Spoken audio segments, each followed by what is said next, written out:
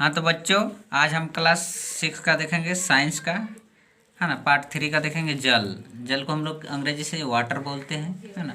तो इसका आज हम लोग प्रश्नोत्तर देखेंगे, अभ्यास का, है ना। तो देखिए, पहला प्रश्न में क्या है, सही विकल्प पर सही का निशान लगाइए, है ना।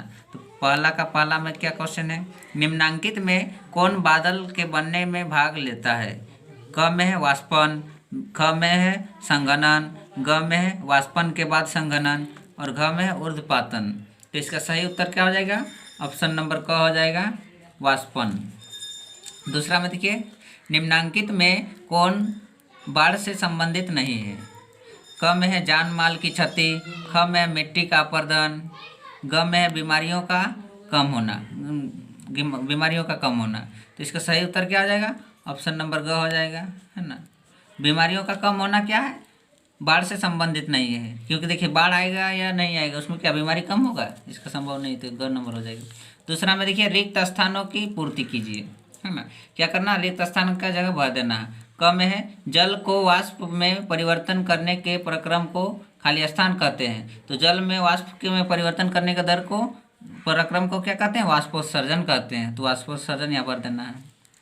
ख में देखिए, कुओं में जल की आपूर्ति खाली स्थान से होती है। तो इसमें भौम जल स्तर से होता है, किससे, भौम जल स्तर। ग में देखिए, पौधों के वाष्पन द्वारा जल की क्षति वाष्पोत्सर्जन कहलाता है ना। जल की क्षति क्या, वाष्पोत्सर्जन, सूखा हो जाएगा इसमें। पौधों में वाष्पन द्वारा जल की क्षति सूखा कहलाता है ना, सूखा इसमें हो जाएगा।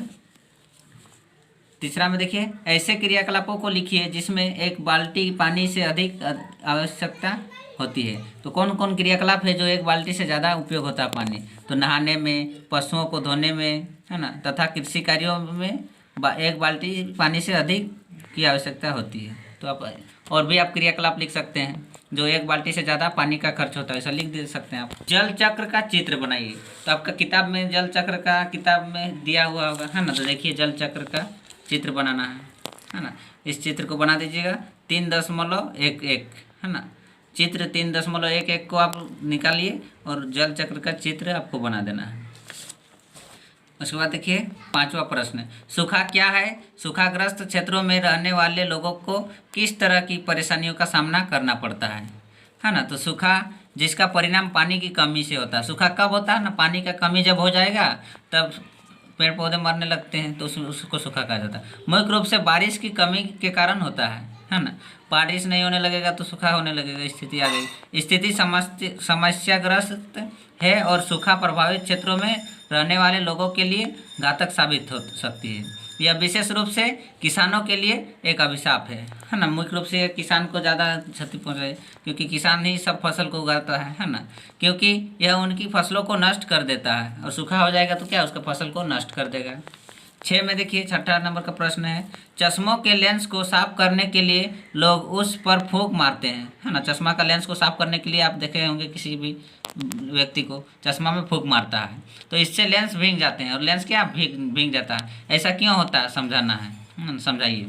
तो क्या है, चश्मों के लेंस साफ करने के लिए लोग उस पर फूंक मारते हैं तो लेंस भीग जाते हैं। लेंस क्या भीग जाता है, लेंस इसलिए भीग जाते हैं क्योंकि जब हम लेंस साफ करने के लिए उस पर फूंक मारते हैं तो हमारी द्वारा मारी गई फूंक में वायु के साथ जल वाष्प होता है ना। हवा के साथ साथ क्या, जल का वाष्प भी होते हैं, जिस कारण से लेंस भीग जाता है, ये लिख देना है। अब 7वां नंबर का प्रश्न देखिए, बादल कैसे बनते हैं, है ना। तो वायुमंडल में जब पानी की बूंदें और बर्फ के छोटे छोटे टुकड़े एक दूसरे से साथ मिश्रित होते जाते हैं तब बादलों का निर्माण होता है ना, ये लिख देना। 8वां में देखिए, एक जल की ठंडी बोतल रेफ्रिजरेटर से निकालिए और इसे मेज पर रखिए। कुछ समय पश्चात आप इसके चारों ओर जल की छोटी छोटी बूंदें देखेंगे, क्यों।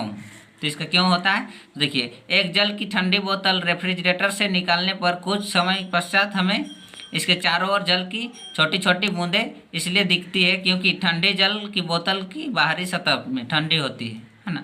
बाहर का सतह क्या होता है, ठंडा होता है, इसलिए वायु में उपस्थित जलवाष्प संघनित हो जाती है ना। जल का वाष्प क्या वहाँ जाके जम जाता है, संघनित हो जाती है, और इस प्रकार का वाष्प बोतल की बाहरी सतह पर चारों ओर पानी की बूंद में बदल जाती है। आप इसमें क्या फ्रिज में भी देखोगे, कोई बोतल फ्रिज से निकाली, देखिए उसका चारों ओर क्या है, छोटा छोटा जल का बूंद आ जाता है इसी कारण से। 9 में देखिए, जल बचाने के लिए आप कौन से आसान उपायों को कर सकते हैं, लिखना है ना, लिखिए। तो देखिए, दाढ़ी बनाते समय, ब्रश करते समय, सिंक में बर्तन धोते समय, नल तभी खोलें जब सचमुच पानी की ज़रूरत है। बहुत से व्यक्ति क्या देखिएगा, खोल के नल खोल रखा है, दाढ़ी बना रहा है, ब्रश कर रहा है, तो ऐसा नहीं करना चाहिए। जब ब्रश कर लिए, जानते हैं कि अब पानी का हमको एकदम ज़रूरत है, तभी नल को खोलना चाहिए। दूसरा इसका और लिख सकते हैं, गाड़ी धोते समय पाइप की बजाय बाल्टी व मग का प्रयोग करें।